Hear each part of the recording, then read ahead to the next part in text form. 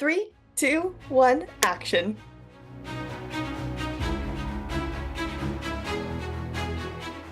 Welcome back to episode 12 of As Seen on Screen. I'm Nicole.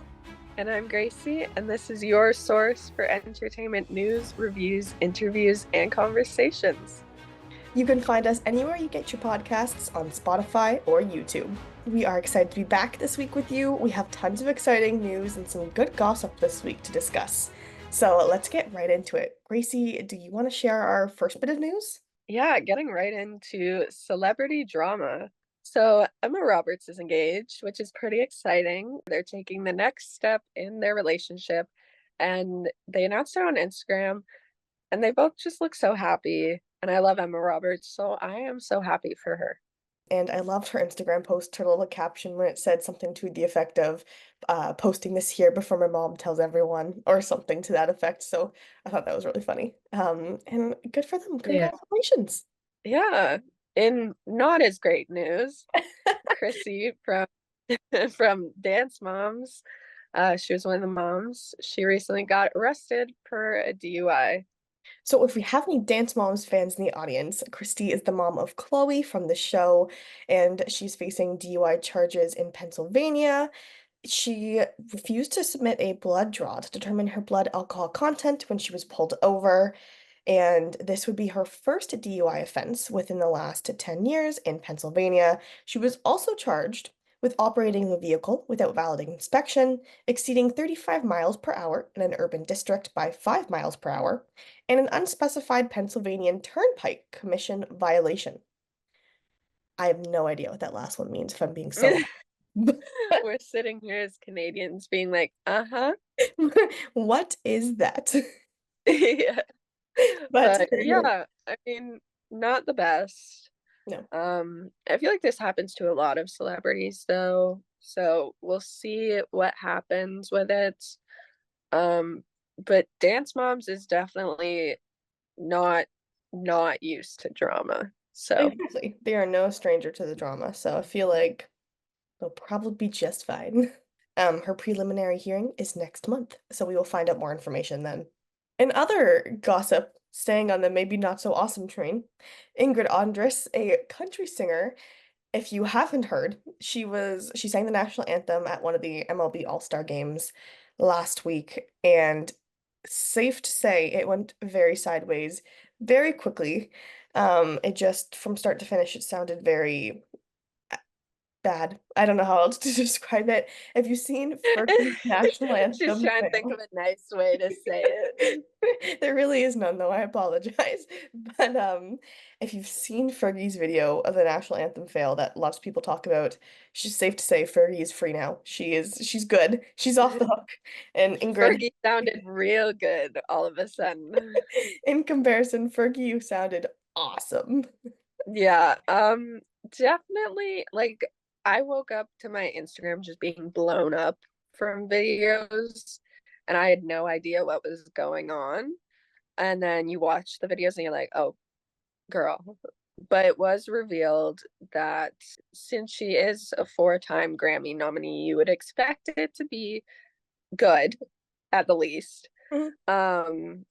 But it was revealed that she was very drunk during this performance. She posted on her Instagram the next day apologizing for disrespecting the MLB, the fans, and the national anthem, of course, and said that she was very drunk and she is checking herself into a facility now to get the help she needs, which I think is great. But also, the thing a lot of people had a problem with is she did disrespect the national anthem, and American national anthem is something they take so seriously and hold with so much passion that you should know not to drink when you have such a global performance. But it did give her her best streaming week. I saw that her streams went up after the whole incident, so at least one good thing came out of it. Maybe some good, maybe some bad. Yeah. If you haven't heard, she's one of her songs she's most known for is More Hearts Than Mine. So if you've heard that, maybe that's where you know her from, her music. But yeah, it's unfortunate. We'll see. Hopefully she gets the help that she is seeking, and we'll be able to see her back on the music scene soon. So wish her the best. Well, moving on from drama, although it is a fun topic, we got movie news this week. Oh yeah. And of course, it involves none other than Timothée Chalamet starting it off. Oh yeah. Uh, he's set to star in an A24 movie called Marty Supreme. For those of you who don't know, because they kind of just posted a photo that says Marty Supreme, Timothée Chalamet, coming soon. Not a lot of info was given unless you really looked into it. It is a movie about ping pong pro Marty Reisman, who died in 2012. He was a table tennis champion who started his career as a hustler in Manhattan. He played for bets and prize money. He ended up winning 22 major ping pong titles from 1946 to 2002. He also won 5 bronze medals at the World Table Tennis Champions. And at 67, he competed in a United States national championship and became the oldest player to win the Open national competition in a racket sport. So this man is known as the Wizard of Table Tennis. I think it's such a strange movie, like such a strange thing to make a movie about, Yeah. but it definitely is up Timothée Chalamet's alley. Like he's been playing a lot of different variety of characters, so I'm excited to see how he takes on this. Yeah, what do you think? Can you imagine your legacy is the Wizard of Table Tennis? I Like, that's what you go out being known for. I don't know. I feel like that's mean, I feel like, like this guy would be pretty happy with it. oh, he would for sure. Yeah, Um, but I think it's fun. I like when they make movies like these. Like they're just kind of fun. They're educational in a sense because obviously it is based on a real person, real life events. So I think these are just fun. I said this to you the other day, but I don't know why. And I've been thinking about it and I can't pin down why, but this gives me very Dumb Money vibes. If anyone saw Dumb Money, movie came out last year. Um, I don't know what it is about it. I just feel like because it, based on real events and it's kind of like this random story that otherwise you probably wouldn't know much about. Um, it's very niche. It probably has a very niche audience, almost in a yeah. sense. So I'm excited for it. It'll be fun. And Timothée Chalamet, he's such like an open personality, and obviously that's a really good thing to have as an actor because he can easily take on the personas of all these people. And so he always does a great job of no matter because we've seen him in quite a few different movies, especially over the past few years.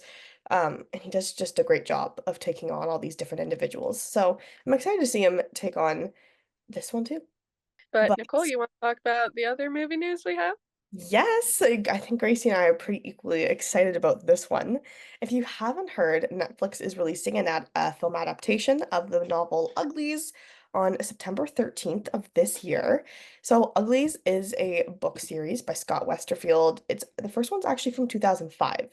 So I read this book in grade 6, so a while ago now, and I know you read it like grade 9, I think you told me. Yeah, this like knowing that I didn't know it was made in 2005. Um, this has definitely been a long time coming. Right? Almost 20 years later, here's a movie. Yeah, But if you aren't familiar with the books yourself, it is a science fiction novel. It's set in a future post-scarcity dystopian world in which everyone's considered an ugly, but then turned pretty by extreme cosmetic surgery when they reach the age of 16. It tells the story of teenager Tally Youngblood who rebels against society's enforced conformity after her friends Shay and David show her the downsides of becoming a pretty. Yeah. I'm so excited for this movie. I know we said that, Yeah. but it brings me back to that era of like Divergent, Hunger Games, Maze Runner. Like they just don't make good series or like films like that as well anymore. And it was such an era to be in. And I feel like that's why me and you are so excited for this because it kind of brings you back to when you read it in that era.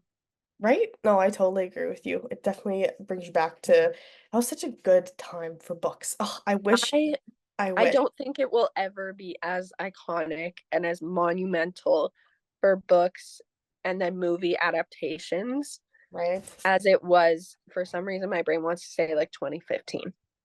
But if you haven't heard the cast for this film, Joey King is starring in this film with Chase Stokes, Keith Powers, Brienne Ju. So it's a great cast. I'm excited. There's quite a few actors that I actually recognize from like Disney Channel days, which I feel like just adds to the nostalgia of this film almost because I haven't seen a few of them in films since Disney. So I'm like Disney Channel, so I'm excited for this. Yeah, I don't know. I feel like they're doing the thing that Hollywood does where they age up the characters though. Like Joey King does not look like a teenager anymore. No, and neither does Chase Stokes. Like, let's be real. I know we love him in Outer Banks, but he doesn't really look like a teenage boy. Let's be I honest, mean, I don't know about them being ugly. right? I definitely think we picked the wrong cast to be the uglies. I love Hollywood, but also what is up with casting way older people as Right. teenagers. But I mean, that does bring you back to the nostalgic era as well, when all This of is these true. people were playing like Percy Jackson and such, and they were not the ages at all. This is very true. Very true. I agree. But yeah, and maybe we have more movies to come in the future because this is a series, like I said. It goes uglies, and then there's pretties, specials, and extras. And Scott Westerfield was busy because both uglies and pretties came out in 2005. Then specials was Okay. '06 and extras was '07. So he did not rest. But then he He needed rent was due. had Rent was due. I mean, he did not get rent from Nicole and I because we only read the first book. But years yeah. down the road. Years. Yeah, not I in was 2005. I don't think I could have read that in 2005. I So was one. I was the right you one. were one? I was three, I think. My math isn't mathing. It's too early in the morning.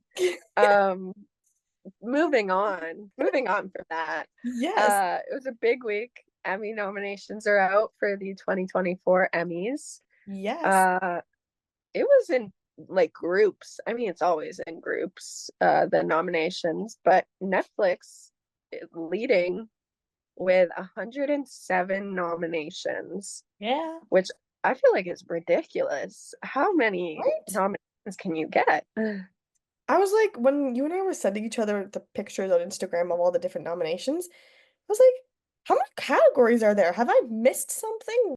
Well, you know what I think it is? I think it's they're nominated multiple times in one category because there are different shows, which makes sense. But going into the specifics, The Crown got 18 nominations, Baby Reindeer got 11, and Ripley got 13. Those were their top three for nominations, which makes sense because all of those were huge shows that got a lot of attention.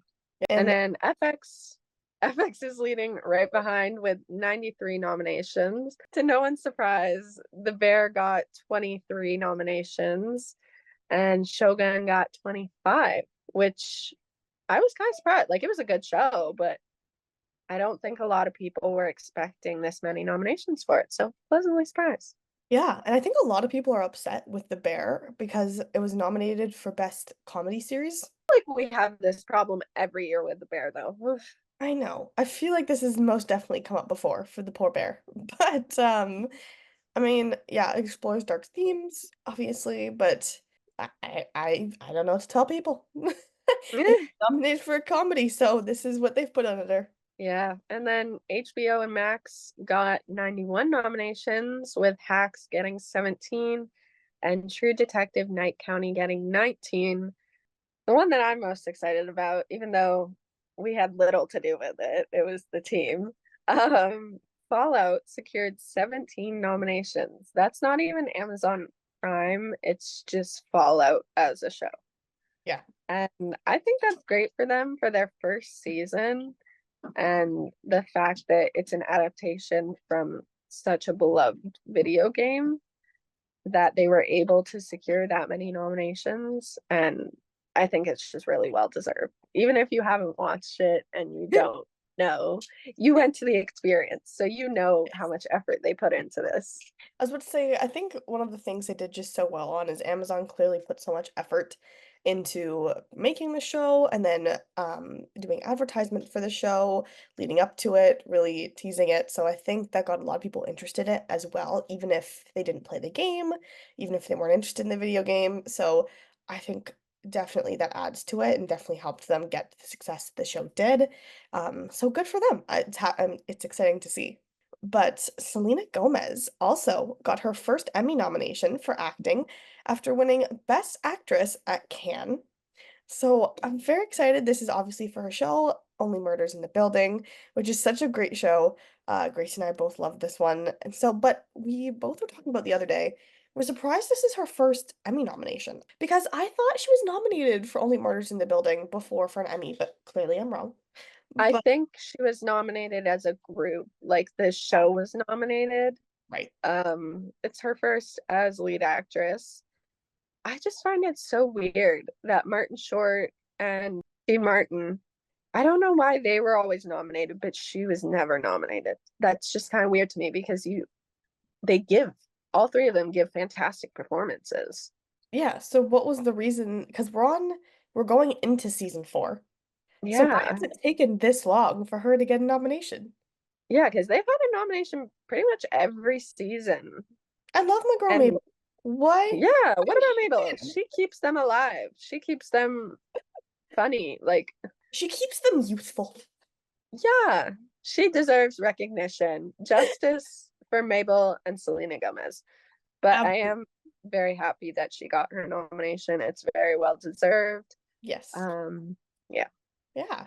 But moving on, I know something we're both excited about, but I think you might be even more excited, is Deadpool and Wolverine. The soundtrack was released last week, as well as the final full trailer and a better look at Lady Deadpool.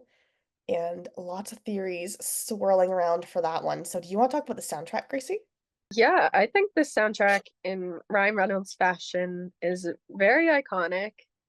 It's got some bangers on there, let's be honest. Got some Backstreet Boys, some Avril Lavigne. I'm shocked that there's no Celine Dion, to be honest. But besides the point, the one that's standing out to me, as well as a lot of other people, is the fact that they have somehow incorporated The Greatest Show from The Greatest Showman. And for those of you who don't know, that is a song that Hugh Jackman's character in The Greatest Showman sings. So I'm really interested in finding out how they tie this into the movie, whether it's going to be like a break the fourth wall and have Wolverine start singing this, or if it's just something that plays in the background. I'm seated and ready to see what surprises they have to pull out of their pockets for this movie and this soundtrack. Yeah, I'm very excited to see if the addition of The Greatest Show is going to be meta or if it's just going to be ironic and people are supposed to pick up on it in the audience knowing Hugh is in it. So I'm very excited to see what they do with that. But I love the soundtrack. I know you're a little sad that there's no Taylor Swift on it. I There's been rumors, and this is where I go back to my delusional phase. There's been rumors that there's gonna be like a deluxe edition or a copy that they release after the film Mm. is premiered that includes a Taylor Swift song. Uh, I'm really hoping that's true because there's no way that she's not on the soundtrack. Like even Fall Guy had Taylor Swift. So I don't believe it until I see it. So yeah. But I know you were enjoying also on the Taylor Swift line the Lady Deadpool theories. So what are the three big theories going around at the moment as to who this Lady Deadpool could be portrayed by? Yeah, so Lady Deadpool is obviously from the comics. We started out in the first trailer only seeing a clip of her legs, and everybody was like, okay, these are way too skinny to be Deadpool's legs. Then we got further up in the second one, and then in this one, we got a full body shot of Lady Deadpool. and she has a blonde ponytail coming out like she did in the comics as well. But a lot of fan theories are going around, and I'm always here for good fan theory. But obviously the top three, to no one's surprise, are Taylor Swift, who is rumored to be joining the MCU anyway, or DC Universe, whichever one of the two, as Dazzler, I believe. So it would make sense that if she wasn't Dazzler, she would make a cameo some other way, especially because of how close she is with Ryan Reynolds and Blake Lively. Just kind of works. That being said, the second fan theory is Blake Lively, Ryan Reynolds' wife. It'd be a cute little moment. Obviously, they met on set at Green Lantern. So, kind of a full circle moment if they decided to get back on screen in a superhero movie now that they're married and have kids. But my favorite one that I've seen, as much as I love Taylor Swift and Blake Lively, is one that I think could win. Like, I think it is very possible that Lady Deadpool is Ryan Reynolds in a wig with some prosthetics, maybe a little bit of CGI. That just seems so like his humor to make everyone think it's gonna be this iconic female, and then it's just him as another version of Deadpool. So I don't know. I'm gonna be happy either way. It could be someone completely different. That would shock me. Yeah. But yeah, I don't know. What do you think? I'm just very excited. Honestly, as much as I would love to see Taylor, or I think it would be awesome with Blake Lively, I'm really hoping for the Ryan Reynolds answer because I think that is so funny. Mm-hmm. I Um, mean, plot twist. It could be Hugh Jackman with a lot of CGI. um, Deadpool is so unhinged that we just have no clue. I just rewatched the first one the other day. It's just so out there. It's so funny. I love it. The humor in I it is literally just rewatched it unmatched. last night. I love it. It's so good. And I love how many jokes he made surrounding Hugh Jackman and like X-Men. Like, if only he could see where he is now, making Deadpool and Wolverine. Just crazy to me. My favorite is when I'm forgetting her name, but she takes the mask off at the end of the first film. Sorry for spoiler, everyone. He has a little paper of Hugh Jackman stuck to his face. But yeah, But yeah, moving on, somewhat talking about music. What is your song of the week, Miss Gracie?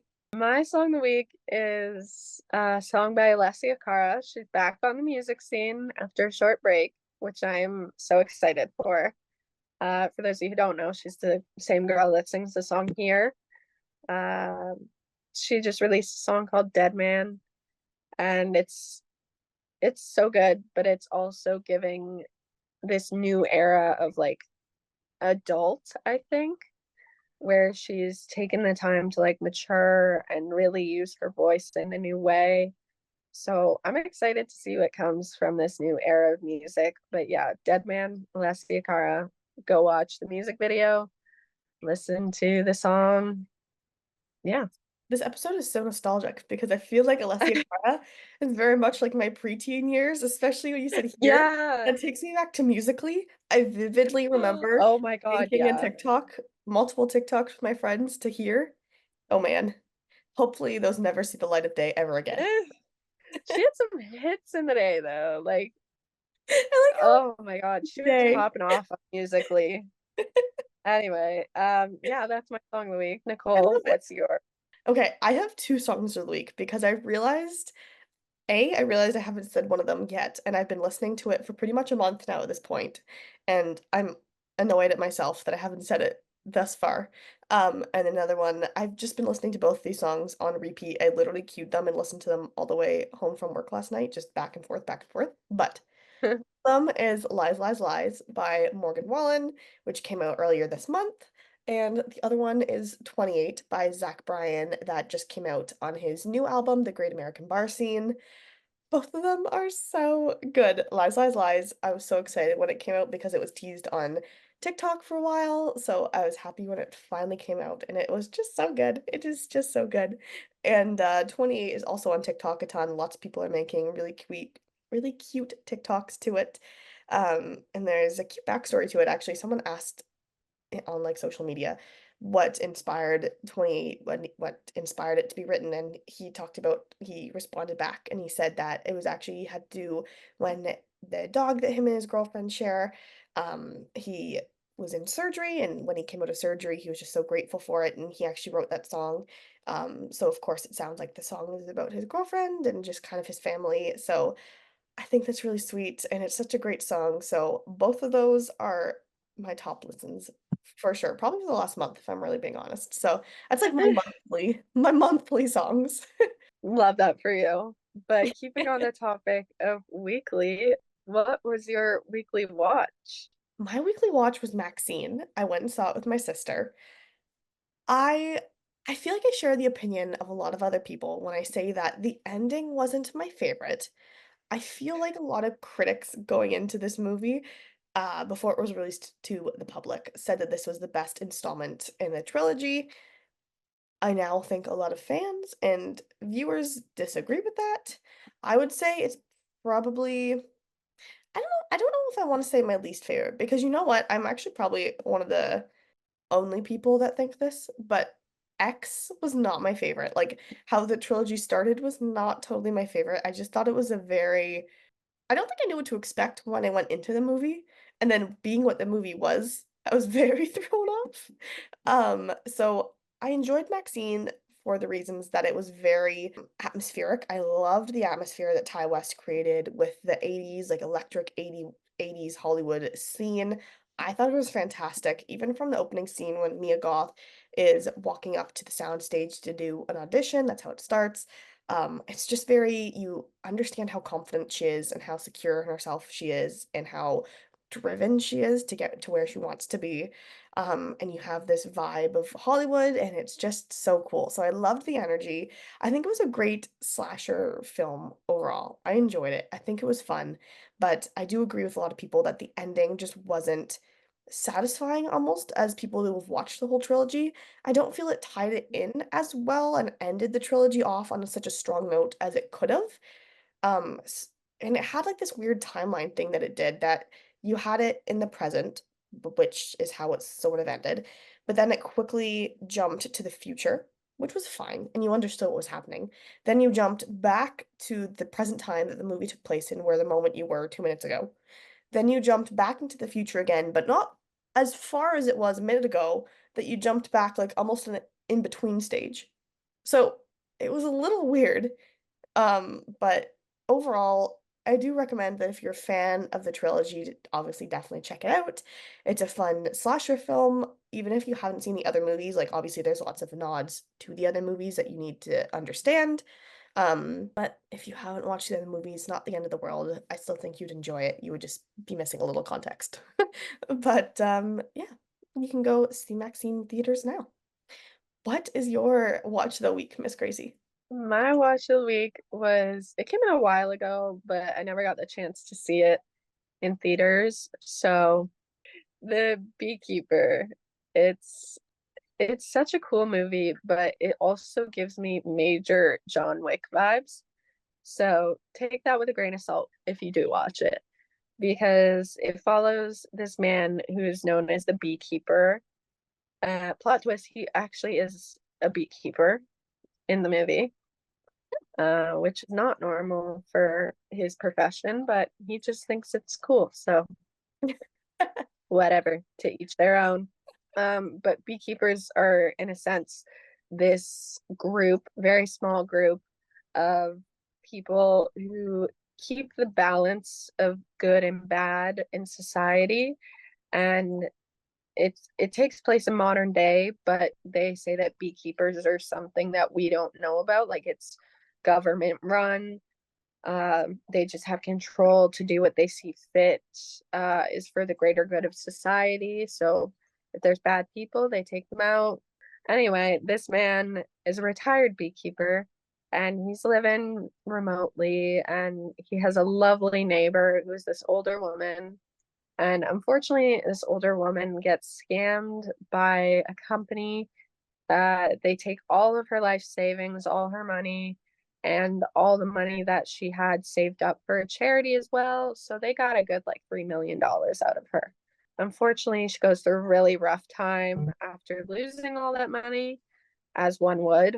And it makes me so upset that this is like a real thing that happens, because I think it's just gross that people can do that to not only old people, but just people in general. Yeah. But that being said, the beekeeper goes on a revenge spree to avenge this lady who he holds so dearly to his heart.